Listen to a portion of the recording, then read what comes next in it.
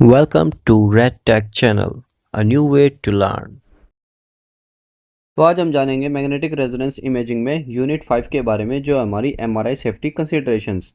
इसमें हम टॉपिक के बारे में डिस्कस करेंगे जैसे कि हमारा मैग्नेटिक फील्ड हैजार्ड है, आरएफ इंड्यूसिंग हीटिंग है, क्रायोजेनिक रिस्क है, जो भी क्रायोजन रिस्क होते हैं, क्वेंचिंग इवेंट्स क्या होते हैं और प्रेगनेंसी एंड एमआरआई के बारे में।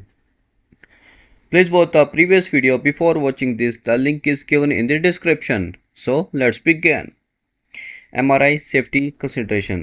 तो एमआरआई में जो भी क्या क्या हमें सेफ्टी कंसिडरेशन रखनी होती है वो आपको देखनी है। तो एमआरआई जनरली हमें जो है काफ़ी सेफ माना जाता है, नॉन इन्वेसिव है, यानी कि कोई भी निडल इस इंसर्शन की जो है टेक्निक नहीं है, बट इसमें जो है स्ट्रॉन्ग मैग्नेटिक फील्ड का इस्तेमाल किया जाता है और रेडियो फ्रिक्वेंसी एनर्जी का, इंक्लूडिंग क्रायोजेंस का, जो कि हमारी हीलियम और नाइट्रोजन है। तो इसमें काफ़ी जो है कंसर्न्स भी आते हैं इससे रिलेटेड, जो भी हमारी मैग्नेटिक फील्ड यूज़ होती है उसको हम इसमें जो है समझेंगे। So let's begin. Magnetic field hazard. तो मैग्नेटिक फील्ड के जो है हैजार्ड क्या क्या हो सकते हैं। कोई भी आपका जो है स्कैनर है वो काफ़ी very strong magnetic field possess करता है, जो कि हमारी 1.5 से 3 टेस्ला होती है। जितनी भी हायर होती है वह बेसिकली स्ट्रॉन्ग मैग्नेटिक फील्ड होती है, और ये फील्ड बेसिकली हमेशा ऑलवेज ऑन रहती है, जिसके चलते जो है कोई भी जो है हैजार्ड हो सकता है, कोई भी दुर्घटना हो सकती है। इसलिए हमें सेफ्टी जो है सेफ्टी प्रिकॉशन रखने की आवश्यकता होती है, और safety hazard even which no scan is taking place, कोई भी जो है हैजार्ड ना हो, इसके लिए हमें जो है ध्यान रखने की आवश्यकता होती है। इसमें फर्स्ट है हमारा जो कंसर्न, वो है हमारा प्रोजेक्टाइल इफेक्ट। प्रोजेक्टाइल इफेक्ट की बात करें तो जो भी फेरोमैग्नेटिक ऑब्जेक्ट है, जैसे कि सीजर है, ऑक्सीजन टैंक है, व्हील चेयर है और टूल्स है, कोई भी आयरन रिलेटेड जो भी ऑब्जेक्ट होते हैं उसमें जो है प्रोजेक्टाइल इफेक्ट क्रिएट होता है, यानी कि वो अट्रैक्ट होते हैं हमारी एमआरआई की मशीन की तरफ, क्योंकि एमआरआई की जो मशीन है उसमें हमेशा जो है always on, the field is always on, magnetic field जो है वो हमेशा ऑन रहती है। तो फेरोमैग्नेटिक ऑब्जेक्ट्स जो है वो पुल्ड होते हैं violently into the scanner. Violently का मतलब होता है वो किसी भी एंगल से आ सकते हैं, किसी भी प्रोजेक्टाइल से आ सकते हैं, और वो किसी को भी हिट कर सकते हैं रैंडमली। तो जो अगर मैग्नेटिक फील्ड के दायरे में अगर कोई भी आयरन से रिलेटेड या फेरोमैग्नेटिक ऑब्जेक्ट कोई भी आता है तो वह सडनली जो है पुल्ड होगा हमारी एमआरआई स्कैनर की तरफ। ये प्रोजेक्टाइल हो जाते हैं और काफ़ी जो है डेंजरस हो जाता है पेशेंट का और स्टाफ के लिए। काफ़ी जो है केसेस ये ऐसे देखे गए हैं। ये इफ़ेक्ट काफ़ी स्ट्रॉन्गेस्ट होता है जो मैग्नेटिक बोर के नियर होता है और सडनली होता है विदाउट वार्निंग, क्योंकि अगर मैग्नेटिक फील्ड के दायरे में आएगा तो कुछ ही सेकंड में जो है वह स्कैनर के जाके जो है स्टक कर जाएगा, वो पुल्ड होगा वॉलेंटरी तरीके से। तो ये आपको ध्यान में रखना है कि मैग्नेटिक फील्ड के दायरे में कोई भी आपका जो है फेरोमैग्नेटिक ऑब्जेक्ट नहीं जाना चाहिए। अब उसको देखते हुए जो है हमने सेफ्टी जोन बांटे गए हैं इन एमआरआई सूट। जो भी एमआरआई के लिए एनवायरनमेंट है उसमें 4 सेफ्टी जोन है। फर्स्ट जोन है हमारा जनरल पब्लिक एरिया एक्सेस, जो भी वेटिंग एरिया होता है, और उसके बाद आता है जोन 2 जो सुपरवाइज्ड एरिया होता है, जिसमें पेशेंट की स्क्रीनिंग की जाती है। पेशेंट की स्क्रीनिंग होती है, कोई भी मेटालिक ऑब्जेक्ट नहीं होना चाहिए, कोई भी इम्प्लांट नहीं होना चाहिए, ये सब वगैरह जो है पेशेंट स्क्रीनिंग होती है, उसमें सब चेक किया जाता है।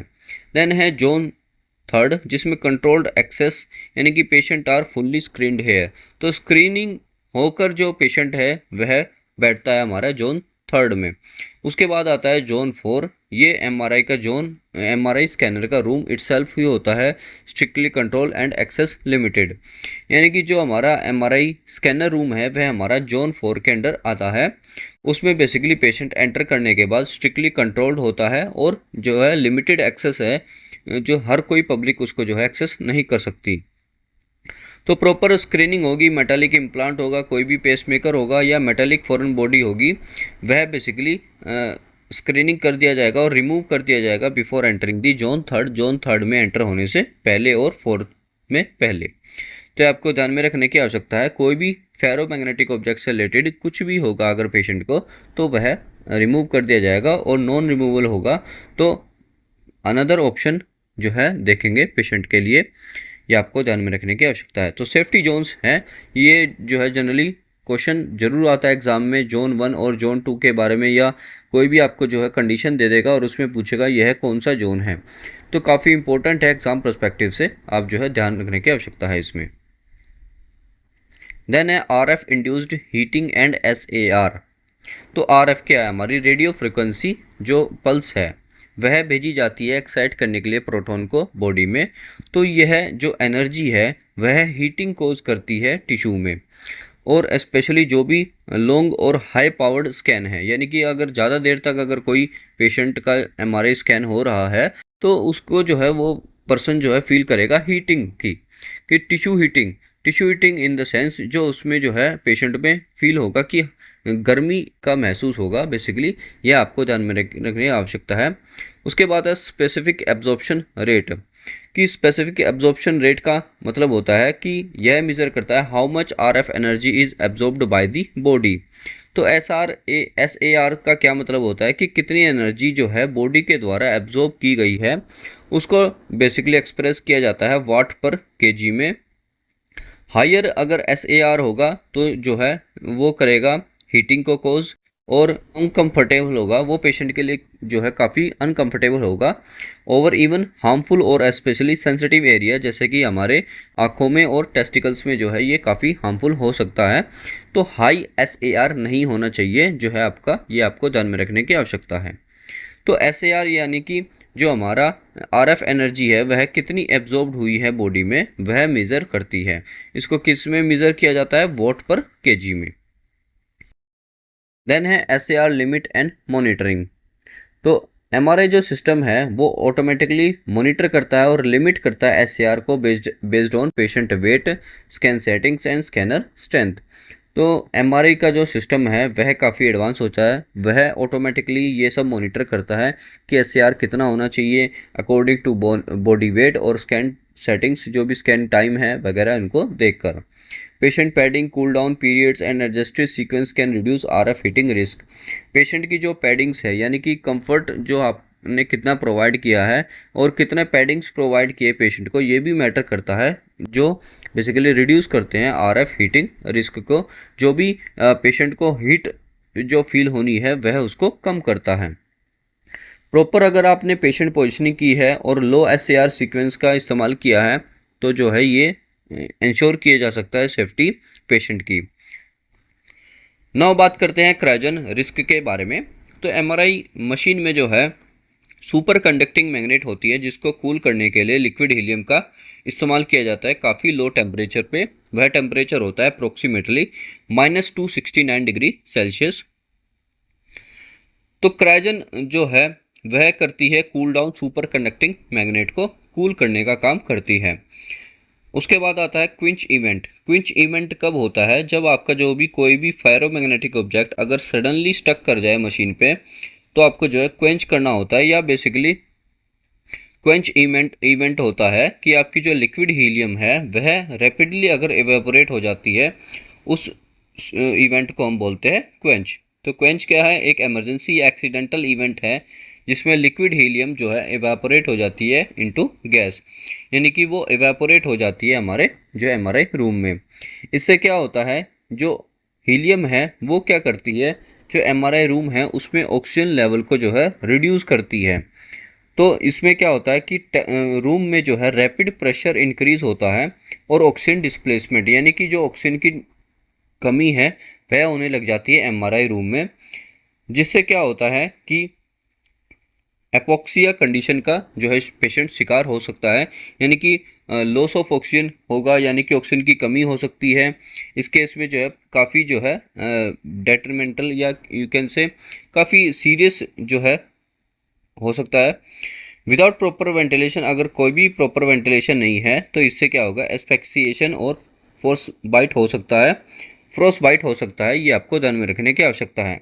हीलियम के एवापोरेट होने से रूम में ऑक्सीजन की कमी हो जाती है, जिसके कारण जो है पेशेंट अच्छे से जो है सांस नहीं ले पाता, उसे बेसिकली इवैक्यूएट करना जो है हमारे जो है फर्स्ट प्रायोरिटी होती है। अगर बिना वेंटिलेशन के है, विदाउट प्रॉपर वेंटिलेशन, ये कॉज कर सकता है एस्फिक्सिएशन और फोर्स बाइट, ये आपको ध्यान में रखने की आवश्यकता है। देन बात करते हैं प्रिकॉशन। तो प्रिकॉशन की बात करें तो एमआरआई रूम में जो है equipped with emergency exhaust system to vent helium safety, यानी कि इमरजेंसी में एग्जॉस्ट सिस्टम होना चाहिए जो हीलियम को जो है वेंट आउट करे, बाहर निकाले रूम से जो है जल्दी जितना हो सके, ताकि जो है पेशेंट की सेफ्टी को जो है पेशेंट सेफ्टी को इंश्योर किया जा सके।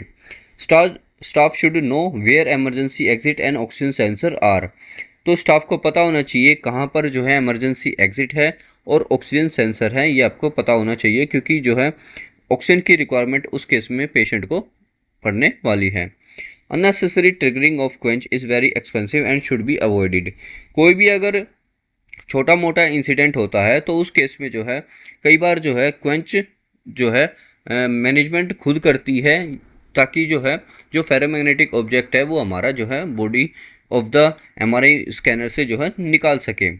तो उस केस में जो है आपको ये भी ध्यान रखना है कि रिस्क वर्सेस बेनिफिट रेशो। अगर आपका कोई भी छोटा मोटा इंसिडेंट है जिसमें जो है आपका एमआरआई स्कैनर पे जो डैमेज है वो कम हुआ है, तो उस केस में क्वेंच करने की आवश्यकता नहीं है, क्योंकि क्वेंचिंग जो है वो काफ़ी एक्सपेंसिव होती है। जो आपकी हीलियम गैस है वो काफ़ी दोबारा जो है हम प्रोसेस करके जो है उसमें डालेंगे तो वो काफ़ी कॉस्ट पड़ती है, काफ़ी महंगी होती है। तो इसलिए आपको ये भी ध्यान रखना है कि इंसिडेंस कितना बड़ा है और क्या इसके परिणाम हो सकते हैं। अगर काफ़ी सीरियस कंडीशन में अगर पेशेंट जा सकता है तो आपको जो है क्वेंच करना। नेक्स्ट बात करते हैं प्रेगनेंसी एंड एमआरआई। तो प्रेगनेंसी एंड एमआरआई में बेसिकली एमआरआई जनरली सेफ माना जाता है प्रेगनेंसी के दौरान, क्योंकि इसमें जो है आयनाइजिंग रेडिएशन का इस्तेमाल नहीं होता जैसे कि हमारा एक्सरे और सीटी में होता है। अब गाइडलाइंस की बात करें तो इसमें जो है फर्स्ट ट्राइमेस्टर में जो है मेडिकल नेसेसरी होता है, तभी जो है एमआरआई को प्रेफर किया जाता है, क्योंकि इसमें जो है फीटल की डेवलपमेंट होती है जो मोस्ट सेंसिटिव होती है। फर्स्ट ट्राइमेस्टर का मतलब होता है फर्स्ट 3 मंथ। देन सेकेंड और थर्ड सेमेस्टर में सेफर माना जाता है but still must be justified, means आपको जो है रिस्क वर्सेस बेनिफिट रेशो देखना होता है। यू कैंट से दैट कि 100% आपका जो है एमआरआई सेफ है, बट स्टिल आपको जो है ये देखना होगा कि जो प्रेग्नेंट वूमन है वह बेसिकली उसको क्या मेजर जो मेजर है इम्प्लीकेशन हो सकते हैं डिजीज़ के, तो उस केस में जो आपको एमआरआई प्रेफर करना चाहिए या बेसिकली डॉक्टर सजेस्ट करता है एमआरआई। और अगर कोई भी अगर मेजर डिजीज़ नहीं है या मेजर कोई इशू नहीं है, उस केस में जो आप अवॉइड कर सकते हैं as consulted by the doctor. अब उसमें जो है प्रेगनेंसी के दौरान जो है आपको गैडोलिनियम कंट्रास्ट एजेंट का जो है इस्तेमाल बिल्कुल ही अवॉइड किया जाता है, यानी कि आपको जो है कंट्रास्ट एजेंट बिल्कुल भी नहीं देना होता, क्योंकि ये बेसिकली प्लेसेंटा को क्रॉस कर सकते हैं और काफ़ी रिस्क हो सकता है फीटस को। तो ये आपको ध्यान में रखने की आवश्यकता है कि कंट्रास्ट इंजेक्शन आपको जो है नहीं देना ड्यूरिंग दी प्रेगनेंसी। ऑलवेज जो है आपको इन्फॉर्म करना है रेडियोलॉजिस्ट को अगर पेशेंट जो है प्रेग्नेंट है और बेसिकली माइट भी हो सकती है, तो तब भी उस केस पे दोनों केस में आपको जो है रेडियोलॉजिस्ट से कंफर्म करना है, इन्फॉर्म करना है बेसिकली। देन उसके बाद आगे प्रोसीड करना है एमआरआई के लिए। देन बात करते हैं कंप्लीट समरी के बारे में। तो risk category magnetic field hazard में जो है प्रोजेक्टाइल इफेक्ट हो सकता है, कोई भी मेटालिक ऑब्जेक्ट है, इम्प्लांट है, कोई भी जो हमारे फेरोमैग्नेटिक ऑब्जेक्ट है उन सब से। आरएफ हीटिंग की बात करें तो टिश्यू वार्मिंग जो है हीट जो है सेंसेशन फील हो सकता है पेशेंट को। और मॉनिटरिंग यूजिंग एसएआर की मॉनिटरिंग और उसकी जो डोज है बेसिकली उसकी जो लिमिट है उसको सेट करके आप जो है इसको रिड्यूस कर सकते हैं। देन है cryogen risk, liquid helium quench can cause suffocation और फोर्स बाइट। जो लिक्विड हीलियम है वह बेसिकली कोज कर सकता है सफोकेशन, लॉस ऑफ जो है oxygen in the MR room. Then उसके बाद है प्रेगनेंसी, जनरली सेफ़र होता है बट आपको जो है फर्स्ट ट्राइमेस्टर में काफ़ी सावधानियां बरतने की आवश्यकता है। और गैडोलिनियम कंट्रास्ट जो है आपको नहीं देना है या नेसेसरी है, अनलेस नेसेसरी अगर कोई भी रिक्वायरमेंट होती है तभी आप इसको जो है इंजेक्शन देंगे। तो ये आपको ध्यान में रखने की आवश्यकता है। So that's all for this video. Do subscribe if you like and thanks for watching. जय हिंद, जय भारत।